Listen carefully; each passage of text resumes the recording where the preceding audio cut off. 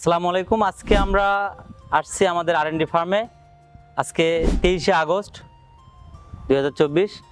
আর আজকে আমাদের কৃষি দক্ষতা উন্নয়ন কর্মশালা অনুষ্ঠিত হলো। আজকে আমাদের ফার্মে মানিকগঞ্জ থেকে আমাদের সবার প্রিয়, আমাদের সবার পরিচিত মুখ, মানিকগঞ্জ সদর উপজেলার স্মার্ট ফার্মার, স্বপ্নের ঠিকানা স্মার্ট ফার্মের স্বত্বাধিকারী আমাদের বড় ভাই শহীদুল ভাই আমাদের ফার্মে আসছে। আমরা তার মুখ থেকে শুনবো আজকে আমাদের এই ফার্মে আসে আপনার কেমন লাগলো। ধন্যবাদ আমার বন্ধুবর, আমার ছোট ভাই রেজন। তো আমার কাছে একটা বিষয় খুব ভালো লাগছে, যেটা হচ্ছে যেহেতু আমরা একদম মাঠ লেভেলে কৃষি নিয়ে কাজটা করি। তো আমরা যারা হচ্ছে মাঠ লেভেলে আছি, হ্যাঁ, বিশেষ করে হচ্ছে আমরা মাটির সাথে আমাদের সম্পর্ক, সেই মাটির স্বাস্থ্য সুরক্ষার জন্য যে জৈব পদার্থের দরকার বা জৈব উপাদান দরকার 5%, সেটা নাই এইখানে। যে আমি বেশ কয়েকটা দেখলাম, যেটা একটা হচ্ছে আপনার ট্রাইকোডার্মা উৎপাদন কৌশল, একদম কৃষককে একদম হাতে কলমে সরাসরি হাতে করে তাদের মাধ্যমে হচ্ছে কীভাবে স্তূপ করতে হবে, কিভাবে কি করতে হবে শেখানো। আরেকটা হচ্ছে ভার্মি কম্পোস্ট। হ্যাঁ, তো এটা আমার কাছে অনেক ভালো লাগছে। তো এখানে আসার মেন উদ্দেশ্যটাই ছিল আমার এই যে জৈব সার উৎপাদনের, যদিও আমার আছে, তারপরও আরও আপডেট কোনো কলা কৌশল এখান থেকে যেগুলো শিখলাম, হ্যাঁ, তো এগুলো হচ্ছে কাজে লাগবে।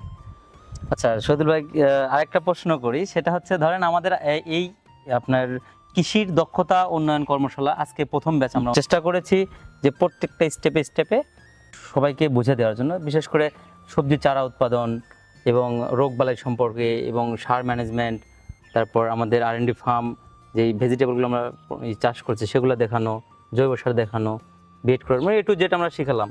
আসলে এই কর্মশালাটা, এই কৃষি দক্ষতা উন্নয়ন কর্মশালাটা আমরা টার্গেট নিয়েছিলাম 30 জন করে শেখাবো। আমরা চেষ্টা করবো 30 জন করে শেখানোর জন্য।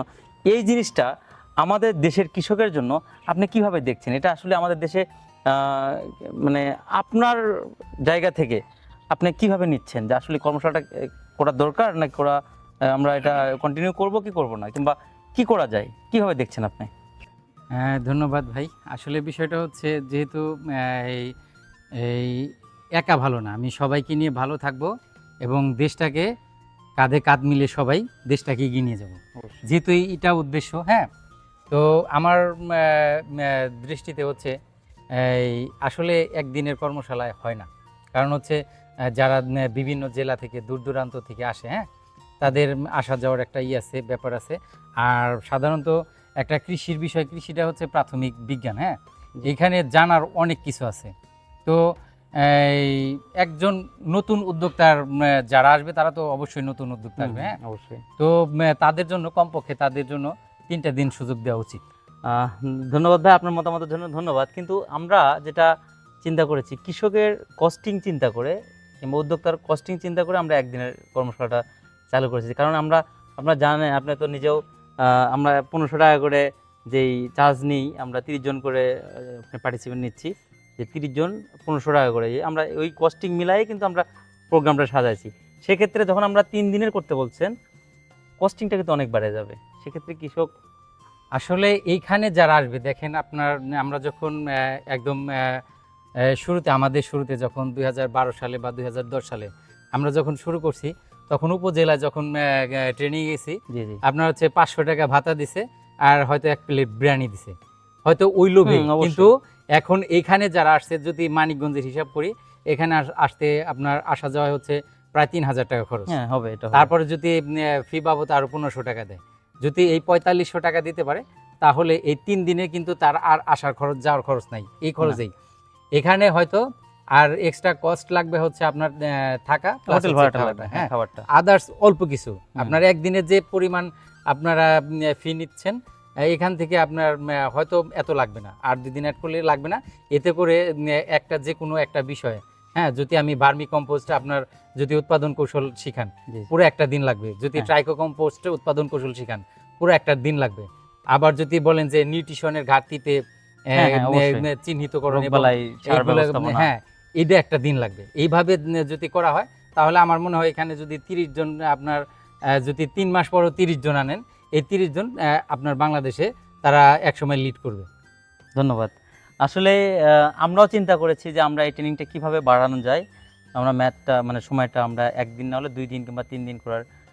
আপনি যেটা বোঝাতে চাচ্ছেন আমাদের যে আপনি যা শিখছেন আপনার শেখার আগ্রহটা আরও আছে, যে আমি যদি আরও সময় পাইতাম হয়তো আরও কিছু জানতে পারতাম। ধন্যবাদ।